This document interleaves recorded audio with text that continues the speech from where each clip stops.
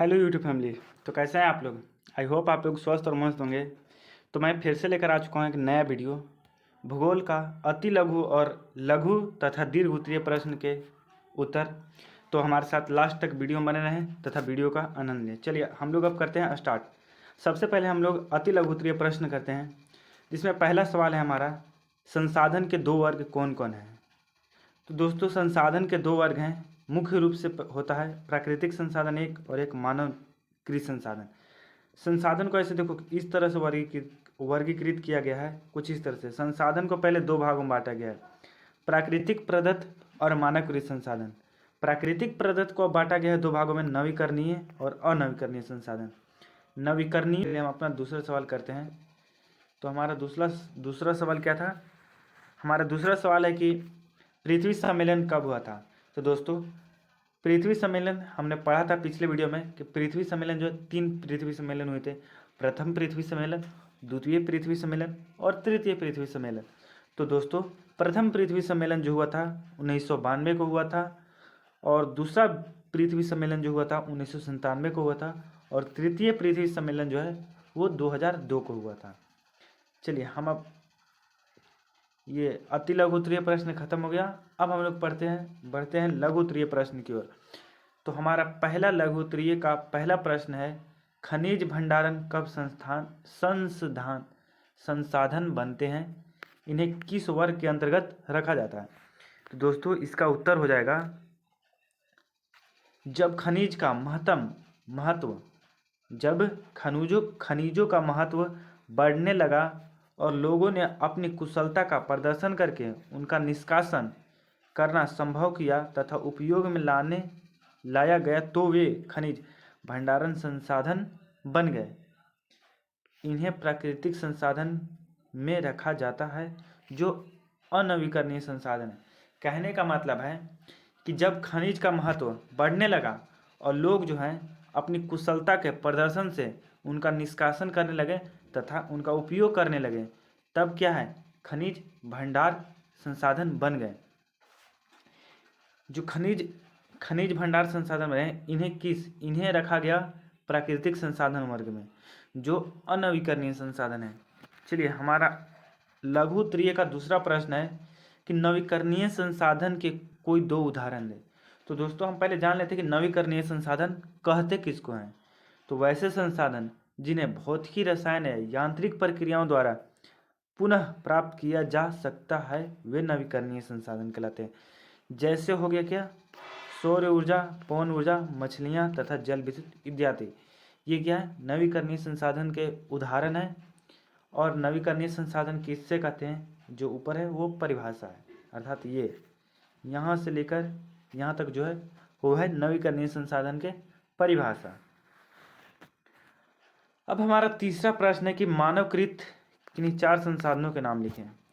तो दोस्तों हम लोग पहले जान लेते हैं कि मानवकृत संसाधन कहते किसको हैं। तो दोस्तों वैसे संसाधन जिसे मनुष्य अपनी इच्छा मनुष्य द्वारा निर्मित किया जाता है। क्या, वैसे संसाधन जिसे मनुष्य द्वारा निर्मित किया जाता है उसे मानवकृत संसाधन कहते हैं। जैसे हो गया सड़क, भवन, रेल लाइन, शिक्षण संस्था इत्यादि।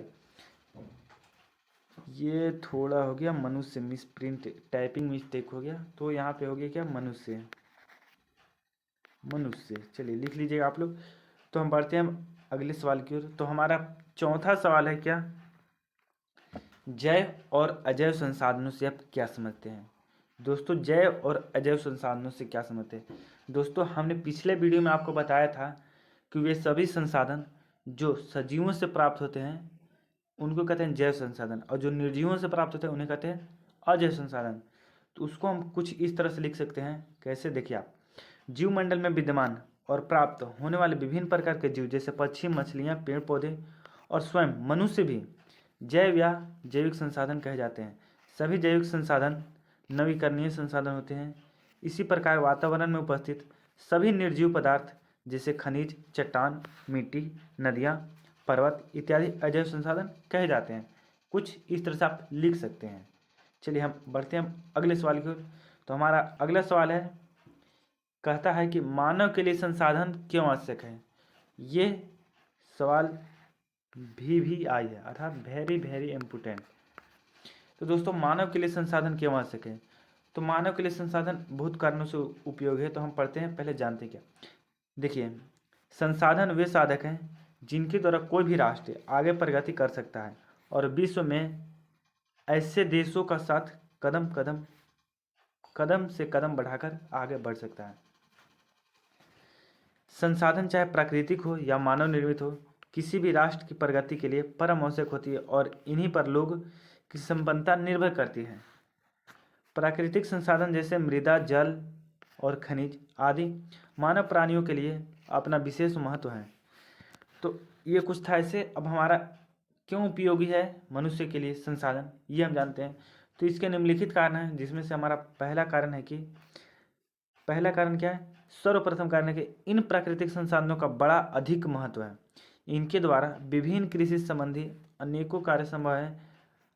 हमारी खाने पीने की सभी वस्तुएं इन्हीं प्राकृतिक संसाधनों से मिलती है। दोस्तों कहता क्या है ये कि जो संसाधन उपयोगी किस लिए है कि संसाधन उपयोगी इसलिए कि हमारा जो खाना पीना है वे सभी वस्तुएं प्राकृतिक संसाधन से ही मिलती है हमें। ये तो हो गया एक टॉपिक कि संसाधन आवश्यक क्यों मनुष्य के लिए। तो हम लिख सकते हैं क्या कि संसाधन इसलिए आवश्यक, निम्नलिखित कारणों से आवश्यक। पहले आप ये लिखिएगा, उसके बाद लिखिएगा इसका पहला कारण है कि हमारी खाने पीने की सभी वस्तुएं प्राकृतिक संसाधन से प्राप्त होती है, इसलिए यह भी एक कारण है कि संसाधन हमारे लिए महत्वपूर्ण है। दूसरा कारण है इन संसाधनों द्वारा हमें अपने उद्योगों के लिए अनेक प्रकार का कच्चा माल मिलता है। हमारे कृषि पर आधारित एवं खनिजों पर आधारित उद्योग इसी कच्चे माल पर निर्भर करते हैं। कहता है कि हम उद्योग के लिए भी क्या कच्चे माल जो करते हैं वो भी संसाधन द्वारा ही हम उद्योग के लिए कच्चा माल जो उद्योग के लिए जो कच्चा माल है हमें संसाधनों द्वारा ही मिलता है। तो कौन से प्रकार? प्राकृतिक संसाधन द्वारा ही मिलता है। तो अब हम पढ़ते हैं आगे। तीसरा कारण है कि हमारी सभी व्यापारिक गतिविधियों प्रत्यक्ष अथवा अप्रत्यक्ष रूप से प्राकृतिक संसाधन पर ही निर्भर करती है। कहता क्या? चौथा है इन्हीं प्राकृतिक संसाधनों पर ही बहुत सी सेवाएं जैसे बैंकिंग, इंजीनियरिंग, स्वास्थ्य सेवाएं निर्भर करती हैं। ये कुछ थे संसाधन मनुष्य के लिए क्यों आवश्यक है, उसके कारण थे कि संसाधन किसी मनुष्य के लिए आवश्यक है क्यों, ये कुछ कारण थे। चलिए हम आगे बढ़ते हैं। तो अब हम दीर्घ उत्तरीय प्रश्न को करते हैं हल, जिसमें हमारा पहला प्रश्न है कि संसाधन से आप क्या समझते हैं, उदाहरण देते हुए स्पष्ट करें। तो दोस्तों संसाधन मानव के उपयोग में आने वाली सभी वस्तुएं संसाधन कहलाते हैं। क्या? मानव के उपयोग में आने वाली सभी वस्तुएं संसाधन कहलाते हैं। संसाधन का अर्थ जिमरमैन के अनुसार संसाधन होते नहीं बना करते हैं अर्थात बनते हैं। संसाधन भौतिक एवं जैविक दोनों हो सकते हैं। कहता है कि संसाधन भौतिक एवं जैविक दोनों हो सकते हैं। लिखिएगा आप लोग। भूमि, मृदा, जल, खनिज जैसे भौतिक संसाधन मानवीय आकांक्षाओं की पूर्ति संसाधन बन जाते हैं। जैविक संसाधन वनस्पति, वन्य जीव तथा जलीय जीव जो मानव जीवन को सुखमय बनाते हैं। ये थे इसके उत्तर। तो हमारा दूसरा सवाल है संसाधन हुआ नहीं करते बना करते हैं, इस कथन की व्याख्या करें। तो इसका उत्तर हो जाएगा संसाधन का हुआ नहीं करते हैं, संसाधन हुआ नहीं करते बना करते हैं। यह कथन प्रसिद्ध भूगोलवेता जिमरमैन ने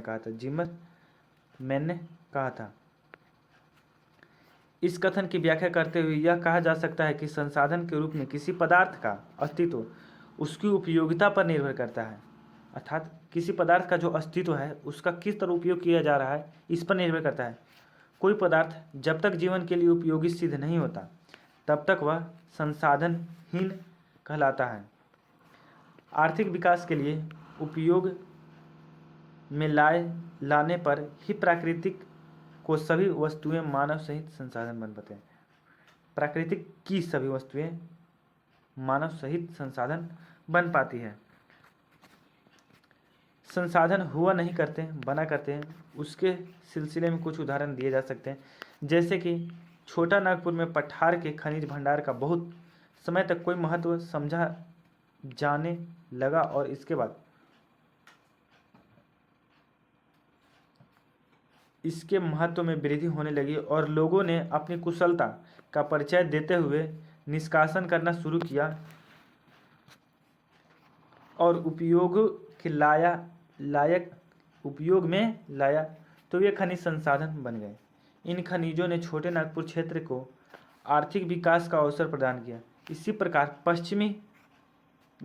पश्चिमी भाग में जोग जलप्रपात बहुत ही समय तक जल की धारा बहाता रहा, लेकिन जब शक्तियों के विकास में इनका उपयोग पानी बिजली के उत्पादन के लिए किया जाने लगा तो वह संसाधन बन गया।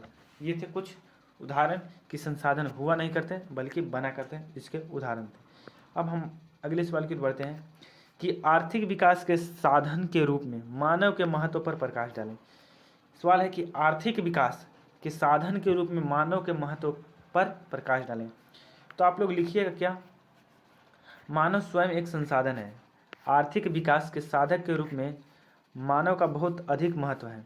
हम जानते हैं कि संपूर्ण विश्व में अनेक अवयव बिखरे पड़े हैं।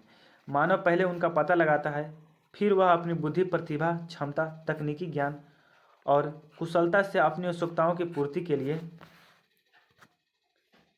अपने आर्थिक विकास के लिए उनका उपयोग की योजना बनाता है और उनका उपयोग करता है। उपयोग में लाकर ही मानव उन्हें संसाधन बनाता है। और क्या है, क्या मनुष्य के आर्थिक विकास के लिए संसाधन की उपलब्धता बहुत आवश्यक है। कहता है संसाधन का महत्व इसी बात से स्पष्ट होता है कि इसकी खोज और प्राप्ति के लिए मनुष्य कतई परिश्रम करता है। मतलब कहता है कि मनुष्य बहुत ही परिश्रम करता है, दुर्गम मार्ग पर चलाकर साहित्यिक यात्रा करता है। विश्व के प्रायः सभी युद्ध इन्हीं संसाधनों को पाने के लिए हुए। कहता है कि विश्व में जो सभी युद्ध हुए हैं इन्हीं संसाधनों को पाने के लिए हुए। संसाधन का आर्थिक विकास में बहुत अधिक महत्व है। मनुष्य ने ही संसाधन की खोज करके उनका उपयोग करना संभव बनाया है। इन संसाधनों के समुचित उपयोग से देश का आर्थिक विकास होता है। तो ये थे इसके उत्तर, तो आप लोग लिख लीजिएगा इसका। बस इसी के साथ हमारा वीडियो होता है। दोस्तों, हमने अभी तक जो भी पढ़ाया इस वीडियो में उसका PDF नोट आपको इस वीडियो के डिस्क्रिप्शन बॉक्स में मिल जाएगा, तो वहाँ जाइए और डाउनलोड करिए और कमेंट कीजिए कि आपको वीडियो कैसा लगा। तो मिलते हैं हम लोग नए वीडियो के साथ, तब तक के लिए जय हिंद, जय भारत।